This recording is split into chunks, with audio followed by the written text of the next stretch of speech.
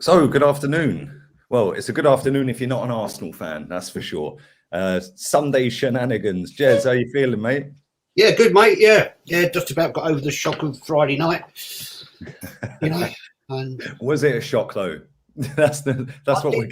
I didn't think we'd lose. I thought we might draw, but I didn't think we'd lose. And the fact we lost so bloody badly as well. You know, I know, crazy, mate. Absolutely crazy. We're going to dive into that in a second. Kenny, how are you, mate? Different surroundings today. You've been kicked to the kitchen, yeah? I was in the kitchen in the first place. It's just I turned it around. Yeah, but you know the situation is that I was surprised, but remember you guys watched pre-season. I only watched the Spurs game, so they started where they finished in pre-season. So I should be shocked, but Arsenal have a capacity to shock me, even when they shouldn't, because I didn't see that coming. I saw I didn't see the lack of effort, lack of aptitude, and lack of ideas. It was one of the worst performances I've ever seen. Yeah, and it's excuse me, it's kind of mad considering I didn't watch pre-season. I refused to pay to watch that.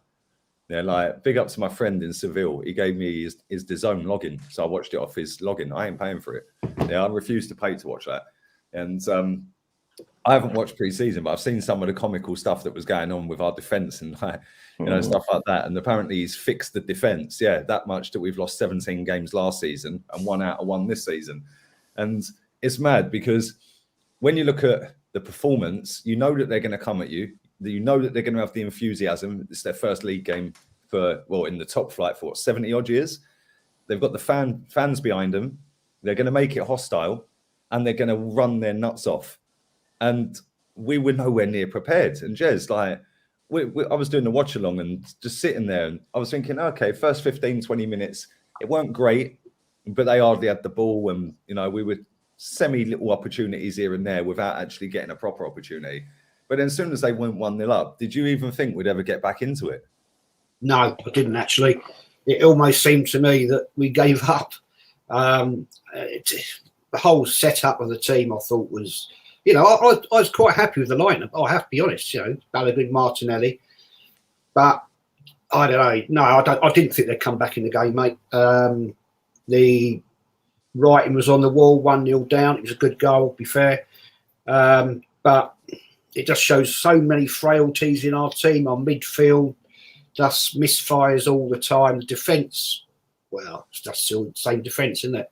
And unfortunately, I don't think Martinelli or Balogun had a great display at all, to be fair. I just really am concerned. I was concerned last season. I'm even more concerned this year. What's going to happen to Arsenal this season? Especially with I don't know what's happening with Aubameyang and Lacazette. I don't know. But that's a concern. So if they are, rumour that they are going to, they've had a fallout with Arteta, I don't know, then we've got to do some action pretty bloody quick. We've got 2 big games coming up. And if we don't get any points out of our first 3 games, then bloody hell, that's going to be that is the writing on the wall. Well, listen, it don't get any tougher than the European champions and then the Premier League champions in the next 2, does it? You couldn't write this stuff. It's mad. Kenny, what did you think when we were like 1-0 down? We weren't really creating a great deal. Defensively, we just looked all over the place. We had loads of possession, but it was like every time they went forward on counter, it looked like they were going to score. Did you ever think we'd come back? On the first half showing, no. But it was like one of those things where you think, right, you managed to weather the storm. You're only a goal down.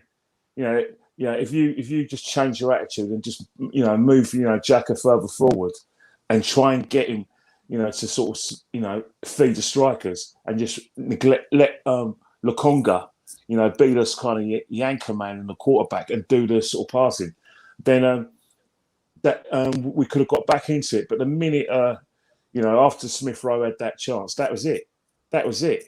And, everything about that performance in the first half made me so angry. The defending was horrendous. I mean, Ben White is going to get, a few pies thrown at him, but he'll probably get a bye because it's his first game in Arsenal. But, there was an instance where I was so angry with Mari when Ben White shows and Benmo on away from his left foot and says, right, on your right side, we know we've done our homework. We know that you're not right-footed. So what we're going to do is I'm going to show you on your right foot. All he has to do, Murray, as an experienced defender, she said, right, he's shown him his right foot, get closer. No way. Every time on Murray's side, in Bremo was managed to run off him and get shots on goal. It was so easy. It was comical. Chambers, oh God. God. I mean, for the love of God, it says a lot that we've loaned him out twice since he's been at the football club. And it's one of those things where, Chambers and Reece Nelson, when he came on, it's one of those trivia questions. How many players have to be injured for those two to get a game? And, Chambers fell in that category. Everything just wound me up. Martinelli should never have been in the pitch. He's just come back from Japan. But it's that desperation, and it just shows me what I feared last season. Without Saka in our team, we have no attack. We just have no attack. And that's the problem. Like, I disagree with the Martinelli thing. I think Martinelli should have started, but I think he probably should have started up front. Because if you go through the game, like, he was just drifting, which is why he got subbed. Yeah, he just kept drifting into the box, so there was no overlap for Tierney. That's why Arteta don't play him. I think Arteta doesn't think that Martinelli is in tune for what he wants. I mean, everyone says that the players say that for the first time in a long while, they've got a very talented coach, and everything he expresses in training is clear. And if you want me to use a posh word, concise. Well, does transcend consistently into football matches last season and the first game of the season when you have to be sharp. It didn't transcend any kind of clarity because Aubameyang and Lacazette are not playing. Fair enough, but there are only two players at a 25-man squad. Yeah, and the thing is, let me just come back to you, Kenny, on Ben White. Yeah, I see something today, and I didn't know this.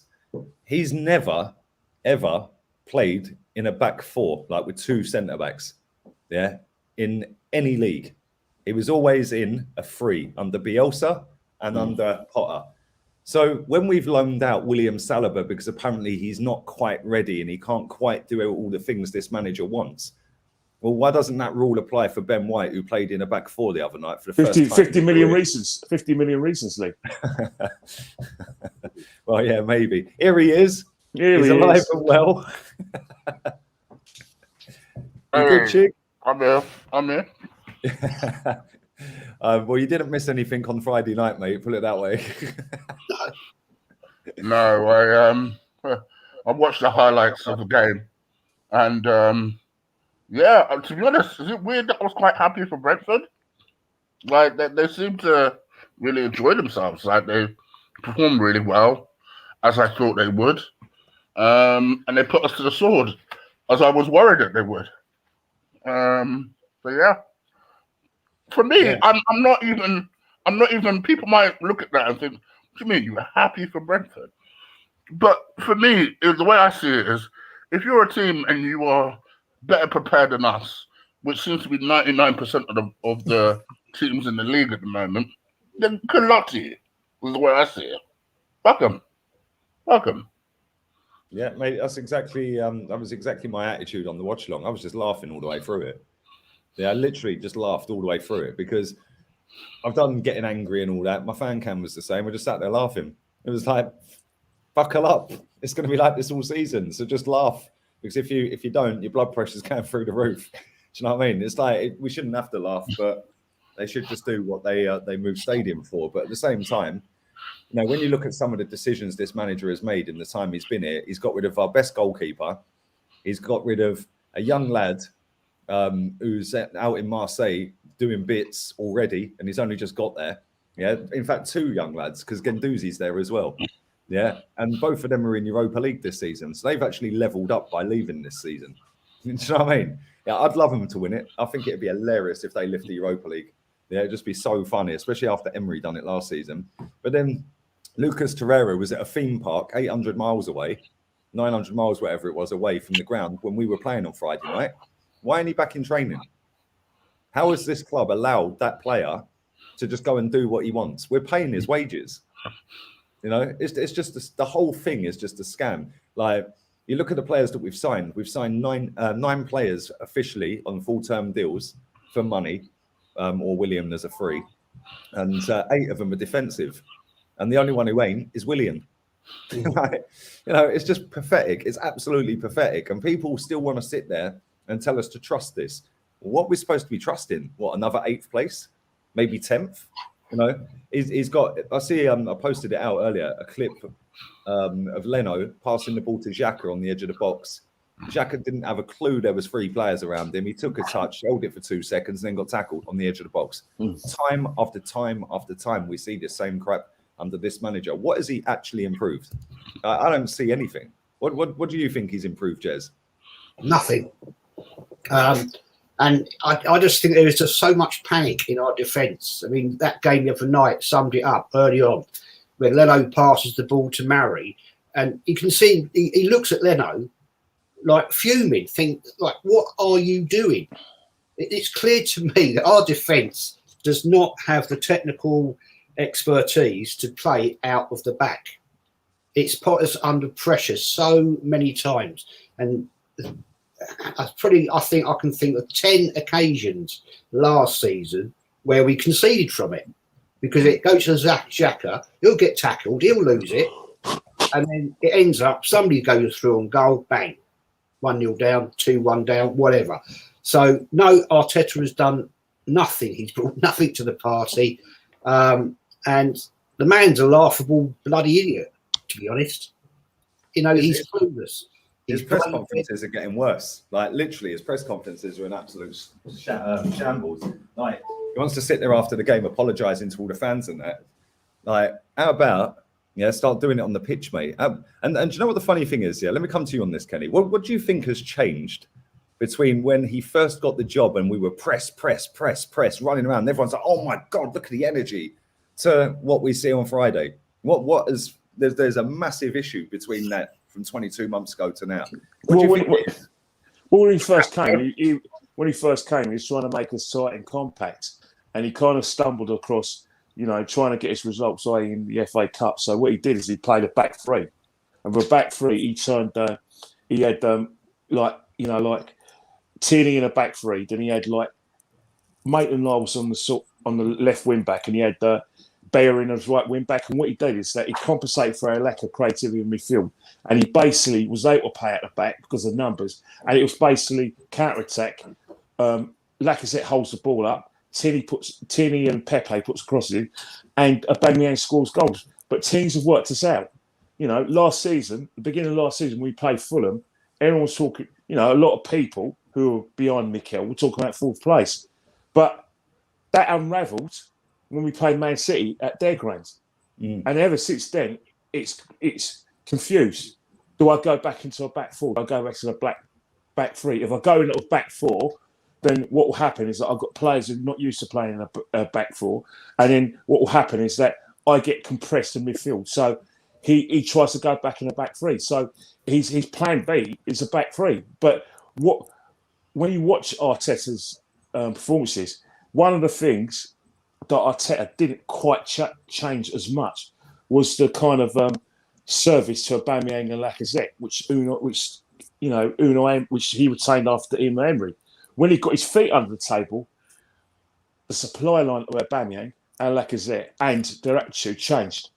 And I think that's one thing that's changed in Arteta is attacking wise. I think that if I was to say, Mikel, get us playing the Arsenal way in terms of on the front foot football, I think the players have forgotten how to, because they're so confused about what they've been asked to do. Back 4, then a back 4. Back 4. When we're in a back 4, we press all over the pitch. When we're in a back 4, we try to press, but when we get beaten up midfield, we get overloads down our right hand side. So everything's muddled. He hasn't changed anything. What he has changed is ability to scare the opposition, our ability and our goal output, and he's managed successfully to make our strikers rudderless, really rudderless. Don't get me wrong, Aubameyang is 70% part of the problem, because he's off form, he's not taking the chances, little chances he's getting, which is his game, and Lacazette, feels used and abused. Like, he's a centre forward, but when people think, oh, we must try and accommodate Oba and he's got to play up front, he's the one who has to go on the bench. So it's just, how do I say it? It's open season on how we're playing. And Mikel has contrived to lose the dressing room a lot quicker than Unai has, because you can't have players behind you if they're producing that rubbish and garbage. And it's not, you could, and then when they're not trying, that's a problem. Now, if they're not trying because they've given up and they don't know what to do, then you could just about imagine it. But if they're not trying for the manager, then we've got a problem, because from what I've been told in pre-season, this sickness was prevalent in pre-season, and I've put it down to just get people fit, but same lack of effort. Yeah, it's crazy. We're going to come on to Aubameyang and Lacazette in a minute, but Chig, let me come to you.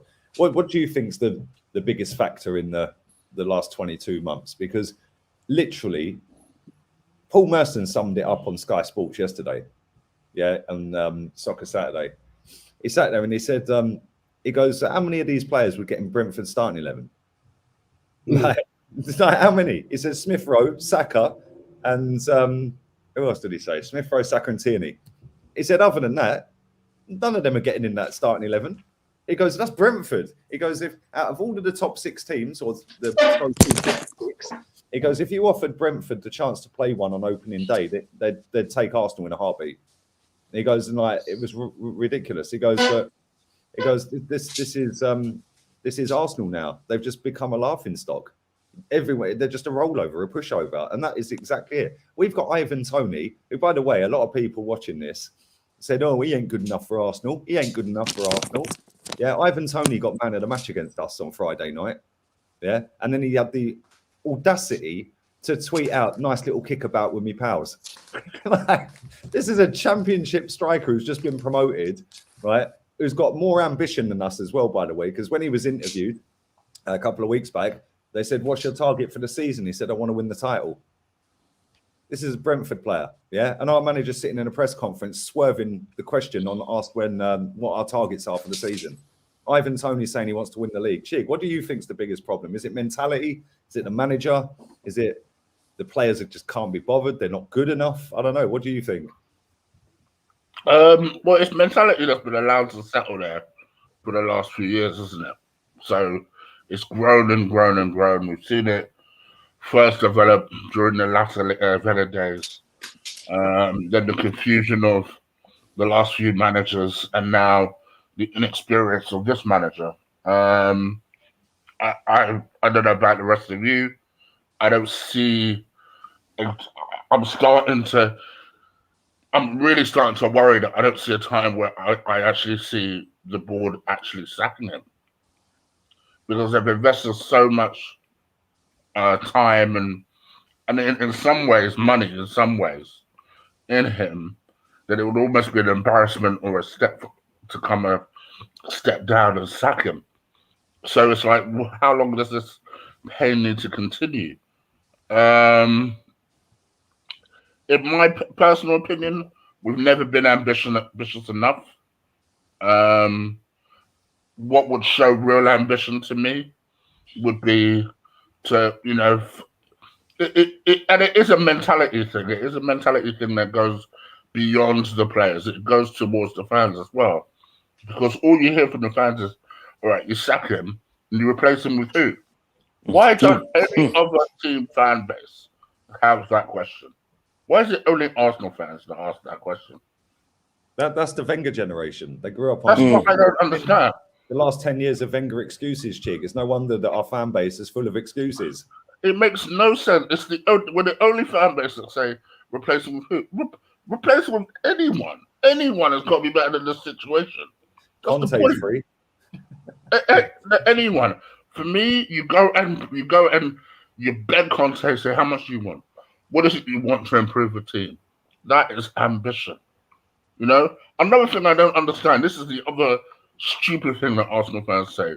Oh, well, we did have a lot of injuries, and if we had Aubameyang, and if we had Lacazette, and if we had this, and then if we had that. So the only way we can beat Brentford is having the exact perfect team out there. Hmm. Is that what we're saying now? Because that's not life. That's not what happens. You know, we should have had a team good enough to beat Brentford. Full stop. They're a good outfit.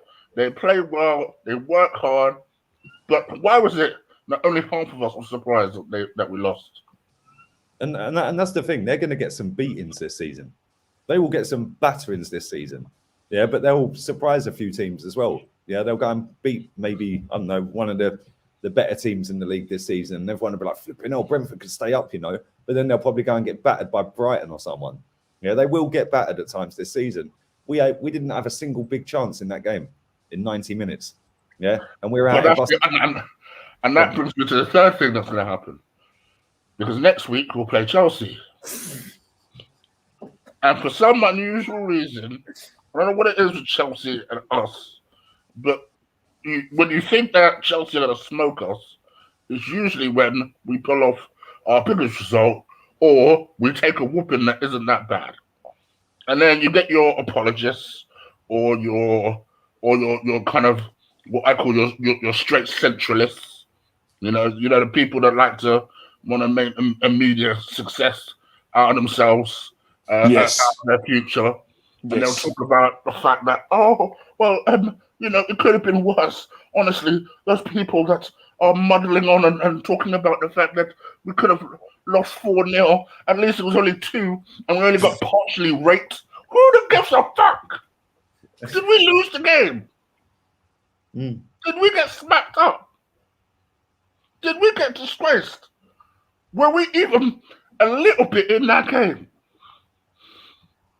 And that to me is what gets on my nerves about supporting Arsenal.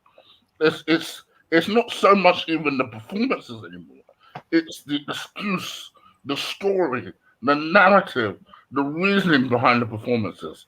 That's why I can't even watch these shows anymore.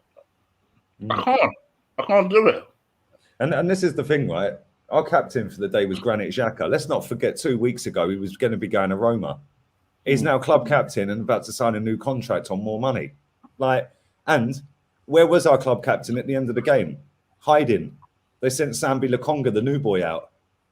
Come on, seriously, absolutely disgusting. I'd love to sit down with this club. Yeah, I'd tell them a few fucking home truths, mate, that's for sure. Yeah, and I said this the other day, if I put in the chat or whatever, give us a question for Arteta, we'd have thousands and thousands of questions to put to that manager. Yeah, literally thousands. Why'd you pick Bellerin every week when you said he weren't consistent? Yeah, in training, but you said you played players based off training. Why have we got 4 right backs at the club, but then you bring a left back on in that game against Brentford to play him at right back? Yeah, why are you playing Ben White in a back 2 when he's never played in the back 2? Questions like that need answers. Why is Aubameyang playing left wing back? Why is Aubameyang now suddenly ill? Let's get on to that, Jez. We were surprised. Well, I don't think I was surprised, actually. I was probably more surprised that Laka and Aubameyang were both ill, apparently. I expected maybe one of them not to take part in the game, but to hear that they were both apparently ill, and now they're both going to miss the Chelsea game, apparently, I thought it was maybe because of COVID. But apparently, they have to tell the FA straight away if it's COVID. Yeah, so that would have come out. And it hasn't. What do you think's gone on there? Do you think that the club have said, right, we need to get rid of these two? Laka's into the last year. Aubameyang's taking 350, 400 grand, whatever it is, out of the club every week. He ain't done it for a year. He's 32. Or do you think it's them two have just gone bollocks? We don't want to play, mate. Yeah, it could be any one of those views, Lee. I mean, I was surprised that at least one of them wasn't there, even if not on the bench. Is it the fact that they have had a fallout of Arteta? Arteta's fed up with them. I don't know. But it is a concern because if the case is that the club do want to sell him because of Aubameyang's bloody awful season last year, and let's be fair, even in the pre-season, he didn't score a goal. And let's be fair, some of those teams we played, I would have thought he would have scored 1 or 2 goals against them. The Burnians, for example. I mean, come on. It is a big concern. It really is. And we're getting very late now into the transfer window that if there is business to be done to get in a new striker, it needs to happen bloody quick. And if they do want to get rid of Aubameyang, fair enough. Your time's done, son. Jog on. Lacazette, I've never really been overly impressed with Lacazette, to be fair. He to me, switches on and off like a bloody light bulb. You know, he'll turn up one week and play really well, score a couple of bangers, and then the other 3 or 4 games he just doesn't look like he wants to be at the team. So I can't answer that question, but something is wrong somewhere. For both of them being ill at the same time, I find that bloody odd. Unless they're living together, which maybe they are. But I don't know. I don't know. It's a deep concern. It is a deep concern. We've got to sort this out bloody quick. And that's the thing. Like I said, Lacazette since the last year of his contract. Yeah, he's on about 160 grand a week, according to all the reports out there. So nobody's going to pay for him and pay him the wages to go somewhere. So he's just going to sit there and go, I'm just going to sit on my contract. The club are saying to him, we want you gone. Yeah, because he ain't signing a new deal. Apparently, we offered him one and he ain't signed it. So the club are probably sitting there thinking, shit, this is another £50 million player that's going to walk out of here for nothing. So they're probably, maybe it's to do with that. Maybe they're saying, listen, you fucking leave, mate. And maybe they're just trying to push him out now. Yeah, I don't know. But what do you think of it, Kenny? Well, first and foremost, it just, it's made me smile because I'm thinking we've got a front three that's worth nearly £190 million, and the first piece of the front three is the last year his contract, refused the contract, and he hasn't really lit up the cinema anyway with us. No. And you've got the one who the main star who apparently we decided that he's too expensive, and now the third one who we need a good season of. I mean, how has this happened? How has it got to this, that this manager of ours has managed to managed, because it's very difficult actually to have a front three worth that money and then render them rudderless, especially your first full season. That is an achievement in itself. Yeah, it is one of those things where it just doesn't happen. It wouldn't even happen to us novices when we play for Championship Manager. We wouldn't, no matter how bad we are at football knowledge, we wouldn't contrive to ruin that. Now, obviously, Championship Manager is nothing like the real thing. But you try and tell me that a manager can't get a tune out the front three? That's just extraordinary. But in terms of like what's happened, again, he's made a fool of himself again. He just shut up, Mikel. Just don't talk. Don't go to press conferences. Let your number two speak for you. The first thing he does is that when he's asked about these two, it's you're ill. And then straight after the game, they're out for the next week. Just shut up. Just shut up. Stop talking, Mikel. And this is the thing. Sorry to cut in on you. Yeah? This is the thing, right? People keep telling me, oh, he's really good. Like he talks like a politician in press conferences. Yeah. People say, oh, he's very good with the media. He's fucking useless with the media because he forgets what he's lied about. Yeah? Of course he does. And like you said, he sat there and said, no, they're ill. And now all the stories are breaking out that they're going to miss the next game. Well, what is this illness then? Is it ozolitis or something? Like, I don't know. You know what? If I was a betting man, I would say that the Chooks came to roost with him putting his foot down over Ozil, because if anything happens with Aubameyang and Lacazette, finally Arsenal fans may realise that it was him all along that said no can do to Mesut Ozil, because he did it with Guendouzi and Saliba, but because it's Mesut Ozil, it could never be Arteta making it. It's got to be the club because of comments made about the Uyghur Muslims in China. It couldn't be Mikel Arteta. How dare Mikel Arteta have the audacity to tell Mesut Ozil, to do the Frank Boff? What he clearly did, because proof's in the pudding. If I was a betting man, he's trying to do the same thing. So basically, he feels his authority is being challenged. Now, they may not be talking it back, but if they're leaders of the team and they're not showing a hungry attitude in training, and they're not showing leadership in training, which we believe Mesut Ozil wasn't doing, then this is again where the manager is losing the dressing room and he's picking fights and he's thinking, right, I've got to win here and these guys have got to go or I'm done. So it's me against them. Because two players cannot be all at the same time. It just doesn't happen. It doesn't happen. Yeah, it's too much of coincidence. It's too much of coincidence. And people say, well, you don't know. Of course we don't know. But the biggest game of the season and the season curtain, two players have become ill and they can't even start, regardless of how they were in pre-season. They were not available to start. And they're doubtful for one of the biggest games in the football calendar.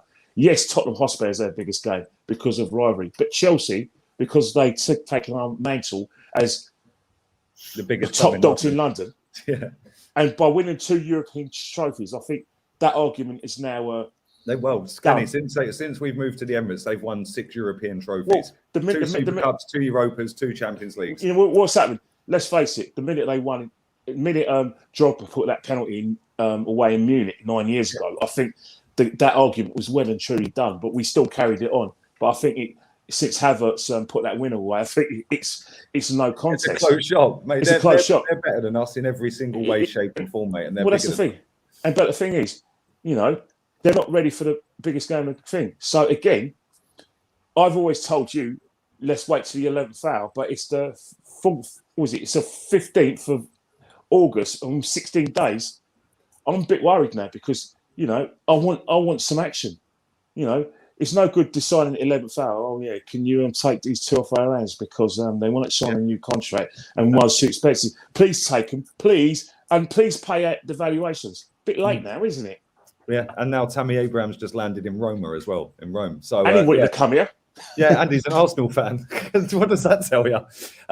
This is really sad news, by the way. Gerd Müller has passed away. Oh no! So that's tragic, mate. What a footballer he was. They don't make him like him anymore. He had Alzheimer's. I know he was suffering from Alzheimer's in the last few years of his life, but one of the greatest, best centre forward of all time in terms of charge conversion. 62 internationals for West Germany, 68 goals. Relentless. No contest. Didn't he hold the record? He was 75. I've checked it. That is a valid story. He has passed away. 75 years old. Didn't he hold the record for goals in the calendar year until Messi broke it? I think so, yeah. It held the record, wasn't it? That's really sad, mate. Listen, big ups to everyone watching live. 1,590 people watching right now. First and foremost, smash the likes up. Secondly, follow collins.jez on Insta. The link is in the description. Follow KennyKen1972 on socials, Twitter and Insta, description. And subscribe to Guna Eagle Eye, Chiggy Chig's channel, baby. Link in description. Chig still likes boxing. He still likes boxing at the minute. Pinned comment is my vlog channel. Go and check out the vlog after this stream that I dropped yesterday. Also, I'll be dropping another vlog today because the yesterday one was actually supposed to be dropped on Friday. So yeah, but listen, keep pumping the likes up and we're going to come back to Chig. Chig, what do you make about this Aubameyang Laka situation? Because we've been linked to Lautaro Martinez. Tammy Abraham's now swerved us and gone to Roma. And our 2 top strikers are apparently ill. Like, where do we go from here, mate? Because look, we can all take the piss and say, oh, we're rubbish and like this and that, and they're rubbish and they've had a shit season last season.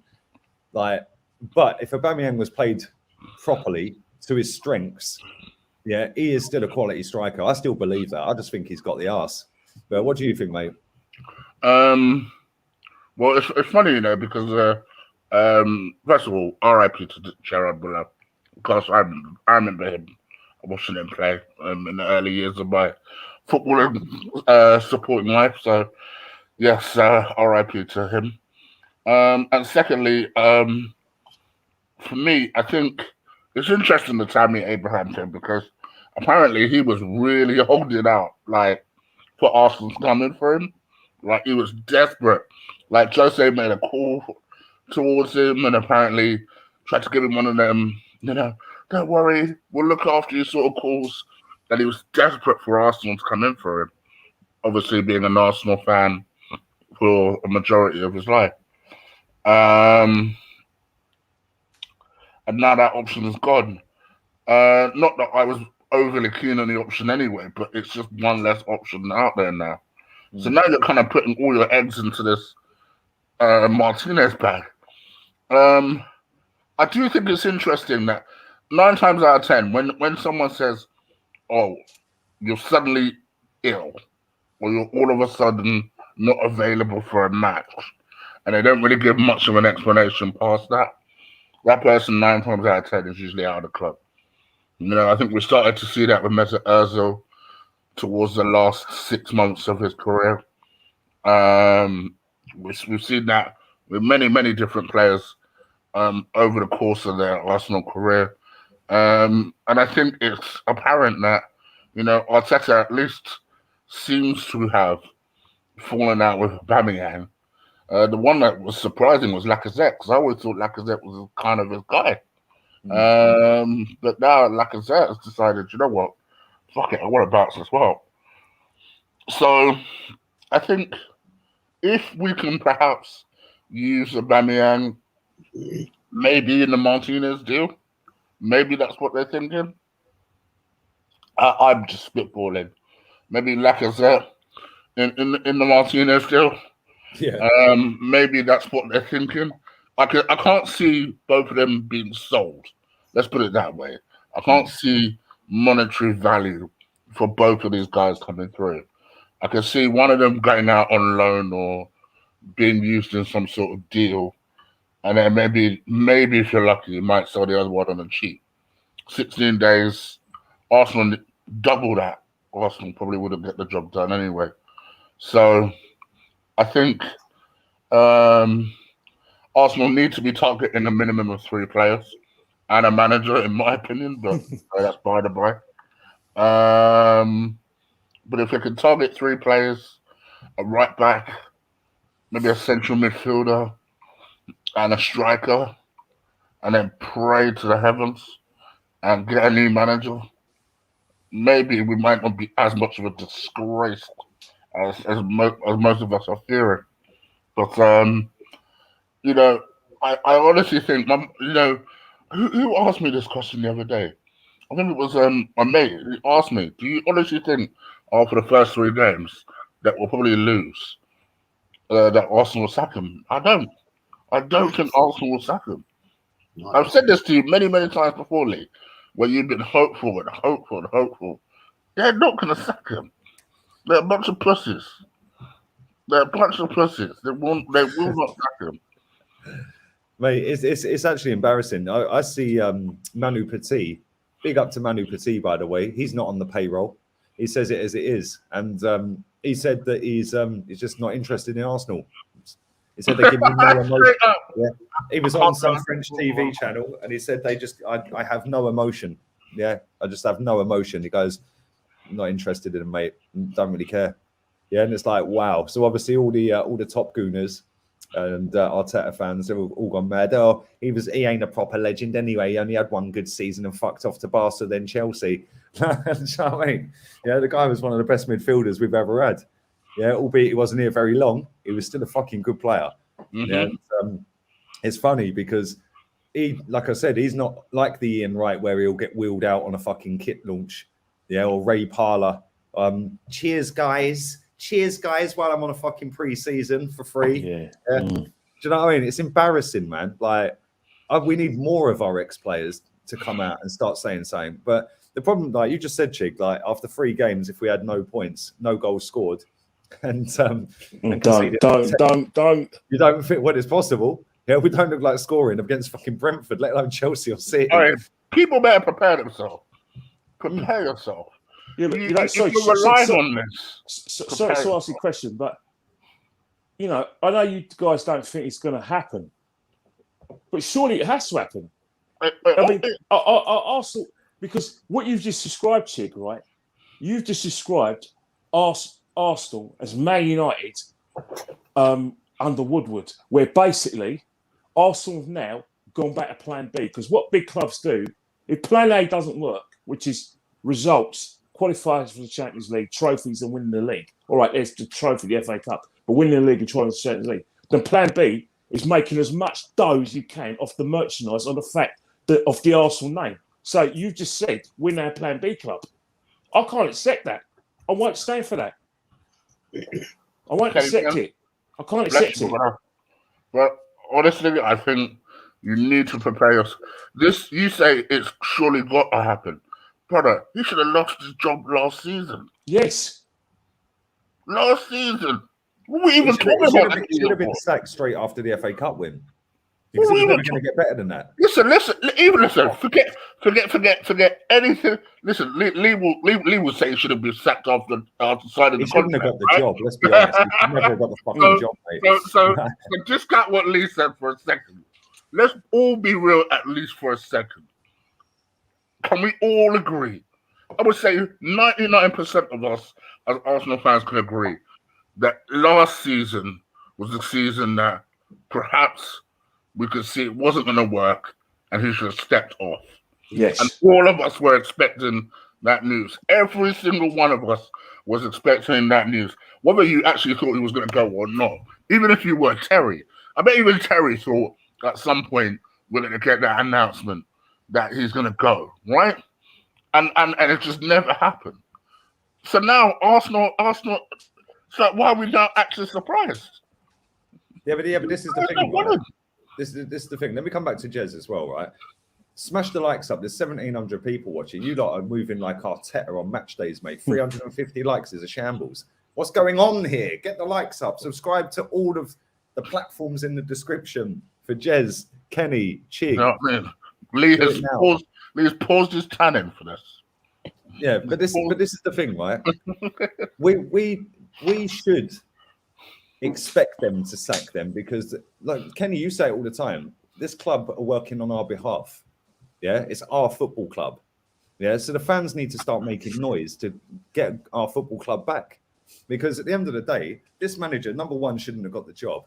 Number two, the PR has been absolutely fucking disgusting out of this football club. Process, non-negotiable, structure, culture, yeah, fucking all that bollocks. When the next manager comes in, which he will at some point, don't fucking talk to me about process. Stick your process up your ass.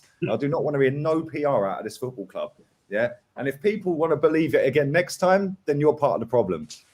Yeah, because what they have done is they've actively lowered the expectations of this football club by keeping this puppet in charge, giving him everything he wants. Yeah, and he has had everything he wants. Yeah, people can say, oh, but he wanted this player and he wanted bollocks. He spent over 150 million quid on absolute dog shit footballers. Pablo Mari, yeah? Is he any good? No. I've made that decision after seeing him against Tottenham and then Brentford. I don't need to see that geezer anymore, right? Then you look at Gabriel. Is he any good?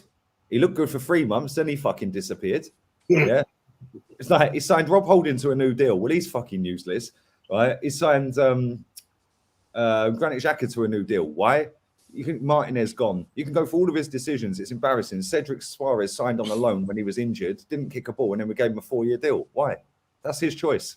You know, I could keep going on and on and on. But Jez, obviously, like if we sit here with no points after 3 games, like, do you actually think that they will have the bollocks to sack him? And if they don't have the bollocks to sack him, do you think that at some point they will? First, if we've got no points after 3 games, he has to go. Surely to God, the upper echelons of the management structure have got to say enough is enough. I mean, he should have gone last year. Sorry, he should have been gone by Christmas last year. And it's just the same dross. If they don't sack him after, let's predict we have no points after the first 3 games. If they don't sack him after that, what does that say? It says there must be a love fest from the Cronkies to Arteta, because surely, I mean, the Cronkies must see what is going on. Surely to God, they must see the results, because if they don't, then that's something seriously wrong. But I'm prepared to have a sneaky bet with anybody. With anybody. We are a joke. You know, we are a joke as a club now. He has to go. I never wanted him anyway. I never wanted him as a bloody player, to be honest. Deadline day panic buy from Arsene Wenger. 11:15, Arteta. Lovely. and now he's our poxy manager, and he's proven. The point you made there about Gabriel when he first came, 3 months. Look, I thought it looked really good, and it seems to me that this manager coaches the ability out of players. Yes. Improve it. He coaches it out of them. Aubameyang, Lacazette. You know, we could go on forever.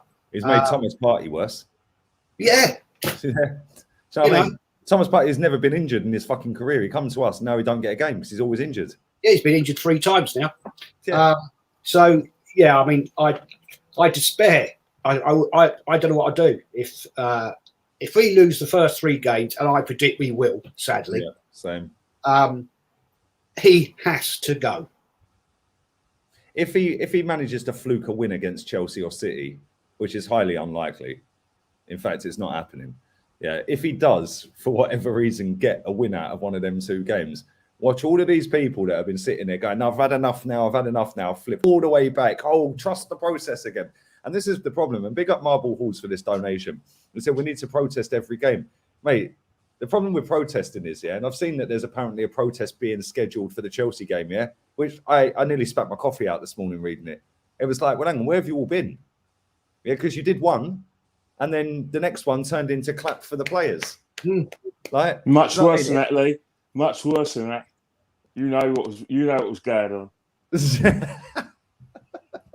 I don't need to do it. It's all on video. What I did a few months ago. You know what they did.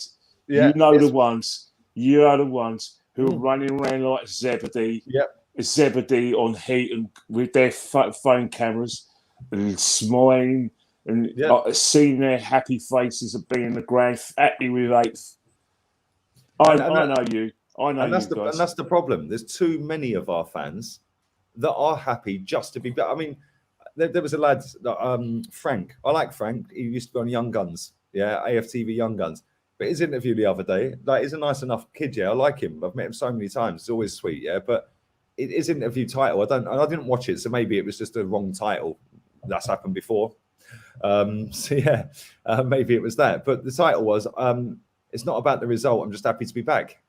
Look, I'm like, respect Frank, but the thing is, I've met Frank. He's a nice lad, but he doesn't get to go in many games.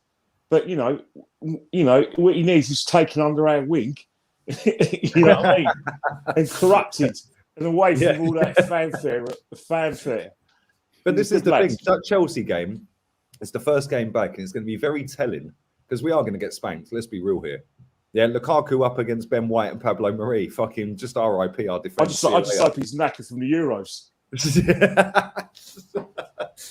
Mate, it'll be an extensive training for us, mate. And do you know what? He's never scored a goal for Chelsea. Is Batshuayi gone yet? He can play up front. He's going to Besiktas. Oh no! Let him have a farewell against us. But they're going to get money for him. They got money for Victor Moses, who's been there 9 years, and they still got £5 million for him, mate. I mean, that's how a proper club runs. Yeah, we're sitting here talking about Lacazette not being in the squad, going to miss Chelsea. In the last year of his contract, we paid 50 for him. If that was Chelsea that had signed him, they would have realised very quickly it was a mistake and sold him for 50 mil to someone else. Yeah, and got their money back. They did it with Morata. Yeah, they've done it with other players. Yeah, has Marina got a twin sister? Marina, if you've got a sister or you've got a brother that that is as good as you, is intelligent, and as ruthless as you are in business, please send them over. Please send them over to us. Mate, if she came to work for Arsenal, she'd quit after 5 minutes. She'd just be like, this lot are a laughing stock. Yeah. She would. She would. She'd sit there and go, who's this Edu character? Like, what's he all about? She would have sacked him. But this is the thing, yeah? Like, when you've got players like Rob Holding coming out saying we don't aspire to be like Chelsea, why is he here? I aspire to be like Chelsea because that's why we smashed the stadium. Come on, man. The guy's living a crest of a wave. We got him from bloody Bolton. He's a Man United fan anyway. Yeah. Well, there you go. He'll be happy with the win yesterday. We're obviously the laughing stock of the league. Chig, give us some level of positives, mate. Give us a positive. It went free. It's one game closer to him getting sacked. So I don't know. I don't know. I think for those people who hoping that Arteta will be sacked, then like you say, it's one game closer to that point. I'm still not. I still don't quite believe that theory myself. So I don't know. We'll see. I just think at some point you've got to figure that the misery's got to end. At some point, and I'm just hoping that Conte will be available when that time happens, because we need an ambitious coach like that. We need a driven coach like that. We need a coach that's not going to make these people feel comfortable. And Conte is all of those things. Yeah, sorry, Chig. Sorry, let me just cut in there. Yeah, that's all well and good, but the next coach is being picked by Edu and Vinay. Yeah, who are comfortable in their job as well. Yeah, true, but then, yeah, but I think at some point you've got to say to yourself, well, they will be under pressure to choose something. Whatever happens, their next choice will be highly scrutinized. So they would have to choose something that perhaps they wouldn't ordinarily go for, because Arteta is what they'd ordinarily go for, clearly. And I think the next best thing is Conte. He's the one that I would have had. You guys know I would have picked Rafa all day long. Yeah, it was Everton, hasn't it? And he won. Yeah, he won yesterday. Yeah. He was tested, mind you, but he won. So I think for me, you've got to go with something ambitious. You've got to go with someone who is as elite as your competition around you. And when you look at your top 7 managers, they're all, never mind better than Arteta, I think they're all comfortably better than, they're all comfortably, I would say the top 10 are comfortably better than Arteta. Steve Bruce is better than Arteta. I've been saying this for about 6 months. Steve Bruce is a better manager than Arteta. But didn't we have a top-class manager? We sacked him. The thing is, guys, and I've been saying this all summer, I've thought about it. Arteta isn't a manager, he's a coach. And in all intents and purposes, people say he's a talented coach and he has ideas which are very interesting, and he puts on interesting training sessions. Now, that's fair enough. We need the results-based manager. Yeah. Now, I ain't digging him out. It's not personal. He's just in the way of my ambitions and my standards for the club. Not personal, but he's missed the boat here. He should have realised right now that regardless of whether, Josh says you've got as much time as you need, Edu says I'm going to back you no matter what, and Vinay says it's all right. The minute, the crowds get to the ground and they start causing bloody murders after a bad defeat, and it all gets shown around the world, then they're going to panic. Kelly, do you think it is going to get to that point? This is the same fan base. This is the same fan base who clapped Granit Xhaka onto the pitch the other day, mate. Right, allowed to cheer than Ben White. All right, I hear you. But ultimately, it's down to the match-going fans, because they're the judge and the jury, because they're the ones who are going to either walk out when it's shit, like they did after the 78th minute last this Friday just gone. Friday, yeah. And what happens at Chelsea and Man City? The away fans are probably the worst ones, because the away fans are the ones who are going to be screaming and shouting and making themselves heard in any way, like either behind the team, beforehand and during the game, but afterwards, they're the ones who are going to be kept in the ground, and the cameras are going to go on them, and then they're going to say, right, this is our moment. Boom. They're the judge and jury.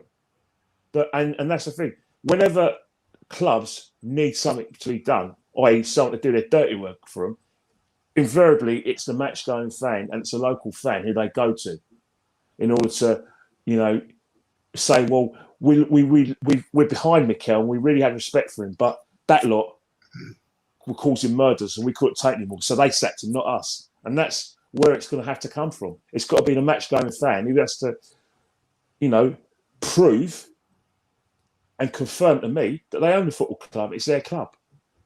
And this is And the they thing, won't stand we for were there it's on low the, standards. we were there years ago on the protest against Wenger, time for change, the Cronkies, all of that, yeah, right? And 7 years later, 6 years, whatever it is, Cronky's still here, yeah, but managers have gone.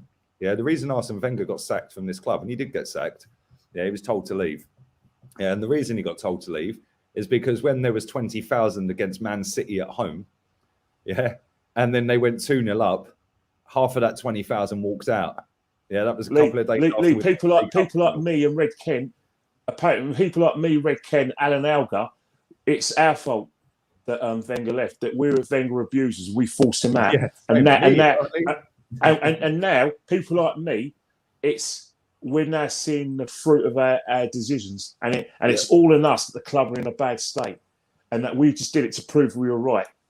What can I say? But this is the thing. Wenger started all of this, and the reason we've got so many fans in our fan base that sit there still trusting this PR process, right, is because of the age that they are. Yeah, the majority of these fans that are Arteta in, yeah, grew up on the last decade of Arsene Wenger's fucking excuses. Yeah, oh, it's the VA, it's the referees. Oh, Chelsea and Man City are ruining the transfer market. The stadium debt. Oh, we can't compete. Oh, the referees. Oh, Lee, we were on podcast with some of these people before we got sacked from all of them. Hey, nobody can sack me. I'm my own boss, mate. I don't know who can sack me. I walked out from them. But it's true. Yeah, and this is the thing, right? For it to, you're spot on what you say, for it to change, the fans have to vote with their feet. The problem is, because there's been no football at the grounds and fans ain't been allowed to go, now it's just one of these ones. Oh, yeah. Oh, I'm at my second home. Oh, yeah. Oh, I got my new Saka 7 shirt. I'm back home. Yeah? You're not at home. Your second home's your fucking office at work, mate. Do you know what I mean?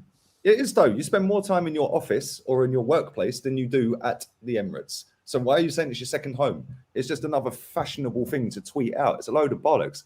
Yeah, this fan base is disgusting. I can't stand it, mate. Like, as the masses, yeah, right? It's just, it is the most fickle, reactionary, pathetic, muggy fan base I've ever come across. Not only in football, but in any sport. Yeah, they will literally jump on any hype at the time. I've seen a certain person tweet out today, by the way, and I've looked at his tweet and I was going to fucking rip him apart, mate. Yeah. And I thought, you know what? What's the point? Because that guy is one of the biggest begs on social media, literally. Yeah, I'm not going to say who it is, yeah, because I ain't going to highlight him. But I just thought, you're now sitting there tweeting that, oh, is the manager still not been sacked? You were the one running around actively telling everyone after we pumped Fulham that we're going to win the league. Yeah, and this manager's great and everything's sweet and this and that. And it's like, Lee, can I just cut you? There's one guy who actually said that he made a mistake, that he stuck. The reason why he didn't want to stick with it, go to a different opinion, is because that opinion was shared by people he doesn't like or something he doesn't like. Extraordinary. Yeah. That's what it is, Kenny. There's fucking thousands of people on social media that have been desperate to say Arteta out for a year, but they can't because I said it first, and they don't want to be seen as fucking siding with me. Yeah, that is how pathetic social media is. Rather than saying what you think, you're going to lie through your teeth, yeah, all the way through until the majority of people then say it, and then you'll slide your way in. How about just be honest with it? I couldn't give a shit. I would have got more views by being part and trusting the process than I would not trusting it. Well, yeah. Lee, at the end of the day, the club is the star. Doesn't matter. Put everything to one side. Put your ambitions to get into the media or get your slot on TalkSport or to be and the next cabaret rate to, be put forward for, nice little goodies and other podcasts or, fan shows and all that across the mainstream media. Put that aside and put the health of the football club first. It has to come first. You have to set your standards high, because at the end of the day, you'll get more enjoyment of us challenging for titles, playing in the Champions League, and potentially getting the final, winning it. That's going to be much more enjoyable than any of these 2-second, tidbits you might get on TalkSport or Sky or on some fan spectacular. It's not about that. The football club's got to come first. It has to. It's your club. It's It's not something that at some point of your portfolio that you just want to shove to your mates who come for a ball. So yeah, I'll take to the match. No, win. I want to win. But unfortunately, Kenny, there's far too many people that is the case now. Oh, let's go down the Diamond Lounge, and have a steak and champagne before the game. Fuck off. I'm going to watch Arsenal, mate. I don't want to have steak and champagne for. If I want to do that, I'll go down Gauchos or somewhere. Do you know what I mean? Fucking, it's pathetic. Look, it's your club. At the end of the day, you're risking the situation of debt. If you're going to have all those kind of ambitions, then what will happen is that your generations will not support Arsenal. They'll support the team that's winning. We're going to lose a generation of football fans. And they already have. They're all at Chelsea. They're all at Chelsea. I can't accept that. I can't allow that to happen. And I'm not going to rest and muzzle myself until this club is back where it should be. Winning titles, actually winning a pot in Europe will be a start, and winning and having a chance to win the Champions League. We deserve this, and we are entitled to this. Because guess what? I don't support Portsmouth or Plymouth or Boreham Wood or, dare I say, Brentford. I support Arsenal, and I demand the best. It must happen today. Exactly. Now. Exactly. Well said. Listen, there's 1,900 people still watching this. Thank you very much. I know this is probably the build up to the sort of first game on Super Sunday, I suppose, isn't it? And obviously, I am on loan to Man City this season. Mate, so, yeah. Lee, let me tell you something now. Jace, Lee, Chig, you're going nowhere, sunshines. You're coming. You're going to watch every game, and you're going to suffer with me. And if it means I come to your house, Chig, and get a train down from Waterloo down to Sussex, then I'll do that. Lee, if I get on a plane, I'll do that. Chig, if I have to get the bus 29 to you, that's it. You're going nowhere. Chiggy, I tell you now, mate, I ain't going nowhere. You cut me in half and it says Arsenal. So, there you go. It's sad, though, that it's got to this stage, isn't it? But you know what? This has been a gradual thing for maybe the last 3 years. It's took a massive nosedive. But you know what? When we look back at it now, Unai Emery weren't that bad after all, is he?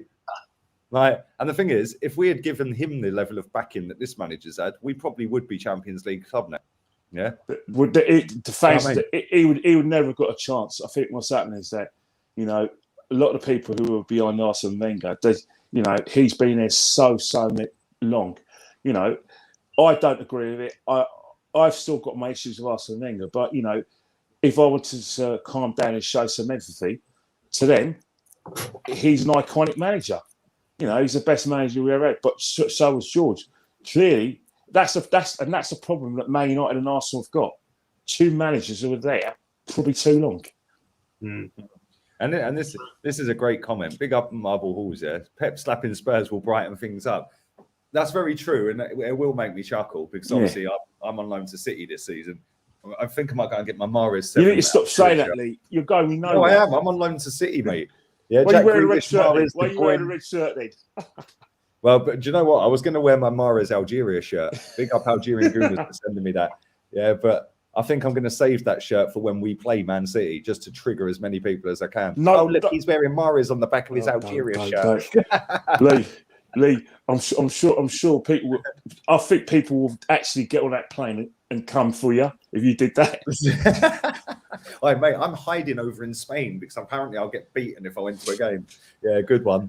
Yeah, I might have to go Diamond Lounge, otherwise I'll get a slapping. Apparently, they'll get you from there.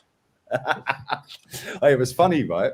I was sat in Gibraltar the other day, yeah, and I put a picture out of me in a bar with the little, just me in the bar, but I was with the little one and their mum, and somebody who follows me, their sound lad, Matt, his name is, yeah, he might even be watching this, said, I'm 2 bars down.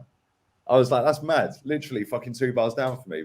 Crazy, man. There's a lad that lives here as well, yeah. When I first moved here, I went to try and find a green screen, right? I went to this little shop, and they couldn't understand a fucking word I was saying. So the guy was translating for me, him and his son, and they're Tottenham fans. They actually live in the same block of apartments I live in. Every time I see him, they're like, oh, I'm going to come and spam your YouTube comments with Arsenal shit. Yeah, I said, the first time you come in my comments, mate, you're getting blocked. But yeah, I'm on loan, Kenny. Sorry, mate. I'm on loan.